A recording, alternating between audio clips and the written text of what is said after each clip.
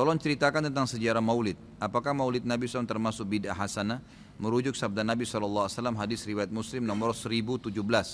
Barang siapa yang membuat-buat hal baru yang baik dalam Islam, maka baginya pahala dan pahala orang yang mengikutinya, dan begitu pula sebaliknya. Maulid Nabi SAW adalah merayakan hari lahir Nabi SAW. Awal mulanya muncul tahun 230 Hijriah. Dan ini muncul dari kerajaan dinasti Fatimiyah Syiah. Syiah ya, yang itu dibentuk pada saat itu di Mesir. Dan mereka punya 6 macam maulid, dan sampai hari ini di Iran masih ada tuh. Jadi yang berfaham Syiah memang mengikuti ini. Sayangnya banyak ahli sunnah yang menarik ajaran ini, pemahaman ini ke pemahaman mereka, padahal sebenarnya pemahaman orang-orang Syiah. Dan Syiah ini jelas mengkafirkan sahabat, mengatakan Al-Quran kurang, gitu kan. Mereka punya 6 macam maulid. Maulid Nabi SAW, Hasan, Husain, Fatimah, Ali, dan rajanya mereka. Dan mereka pada saat membaca maulid dengan zikir-zikir yang sering kita dengar sekarang, itu ya mereka berdiri di tengah-tengahnya karena menganggap ruhnya Nabi SAW sedang lewat. Banyak orang ahli sunnah di Indonesia yang benci dengan Syiah, karena pemahaman Syiah jelas ya mengkafirkan sahabat, mencaci maki Abu Bakar dan Umar, mengkafirkan mereka, mengatakan Quran kurang, tapi mereka tidak sadar maulid yang mereka lakukan adalah acara dari orang-orang Syiah, gitu kan? Anda boleh kembali kepada buku sejarah, semua buku sejarah menjelaskan masalah itu.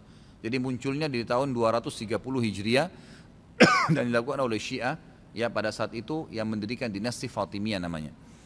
Baik, itu kurang lebih gambaran tentang sejarahnya. Dan orang-orang Syiah Fatimiyah waktu itu mengadakan maulid. Review lagi kembali kenapa mereka buat. Ternyata mereka waktu itu di Mesir berbatasan dengan Bizantium, kerajaan Romawi. Dan waktu itu orang-orang Romawi mereka mengadakan maulidnya Nabi Isa, kan gitu. Maka orang-orang Syiah waktu itu mengatakan di Mesir, kalau gitu kita juga buat maulid untuk Nabi SAW. Maka dibuatlah. Dan sekarang Anda boleh tanya kepada siapapun, kiainya, habibnya, tanya, apakah Nabi SAW pernah melakukan maulid kayak Anda lakukan nih? Berzikir, baca salawat, berdiri, menganggap ruhnya Nabi sedang lewat, pernah? Pasti kalau mereka jujur mereka akan mengatakan tidak pernah. Ditanya, lalu kenapa Anda lakukan? Bentuk cinta kepada Nabi SAW. Bentuk cinta itu harusnya mengikuti dan mencontohi dan melakukan apa yang dicontohkan dan diperintahkan saja, enggak menambah, gitu kan?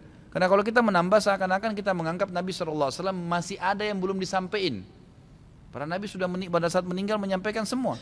Apa kata Ibnu Katsir rahimahullah? Beliau mengatakan kalimat yang mulia pada saat menafsirkan surah Al-Maidah ayat 3. Al-yawma akmaltu lakum dinakum wa atmamtu alaikum ni'mati wa raditu lakumul Islam madina. Hari ini aku sempurnakan agama kalian, nikmatku untuk kalian, dan aku ridho Islam sebagai agama kalian, kata Ibnu Katsir.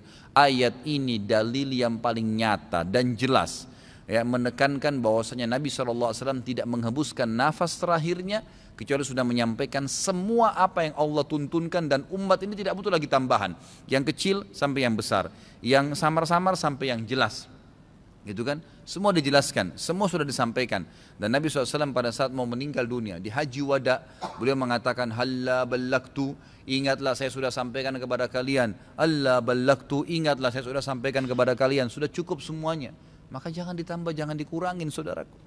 Bacalah salawat, Nabi SAW perintahin tuh, banyak perintah salawat. Baca 10 kali pagi, 10 kali sore, zikir pagi sore. Boleh juga dijadikan sebagai zikir rutin kita tiap hari.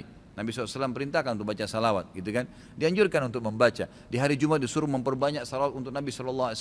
Setiap kali disebut namanya SAW, dalam majelis ini berapa kali kita katakan Nabi SAW, Nabi SAW. Itu semua fadilah, itu diperintahkan, gitu kan. Tapi jangan dikarang secara khusus, karena itu akan menambah.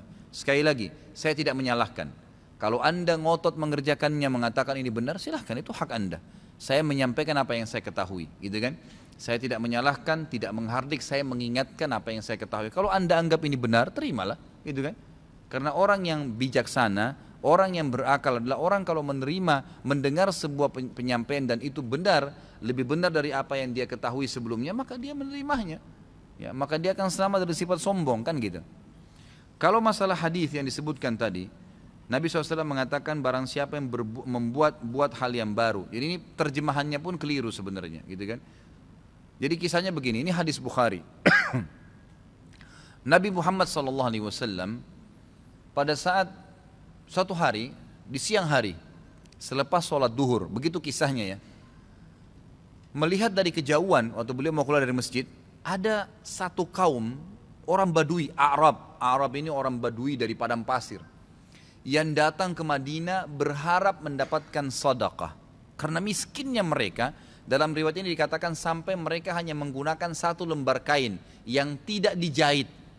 Mereka cuma lilitkan di badannya, ya, kalau ada angin tersingkap aurat mereka karena miskinnya. Dan mereka mengikat ujung kain itu satu sama yang lain di lehernya, gitu kan? Dan diikat juga di bagian bawahnya.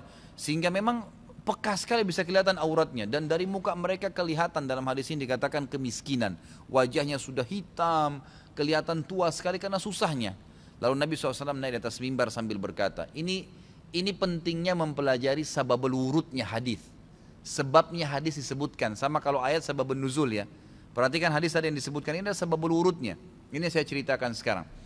Maka Nabi SAW naik di atas mimbar setelah tahmid dan salawat untuk diri beliau dan memuji Allah tadi, tahmid dan salawat, beliau mengatakan, wahai muslimin, sesungguhnya semua yang kalian kumpulkan di dunia tidak akan bermanfaat buat kalian.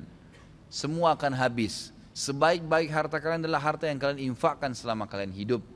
Maka berinfaklah sebelum datang masalah akhirat, datang kematian. Lalu dalam hadis ini panjang lebar Nabi SAW ceritakan masalah kematian, masalah hisab hari kiamat.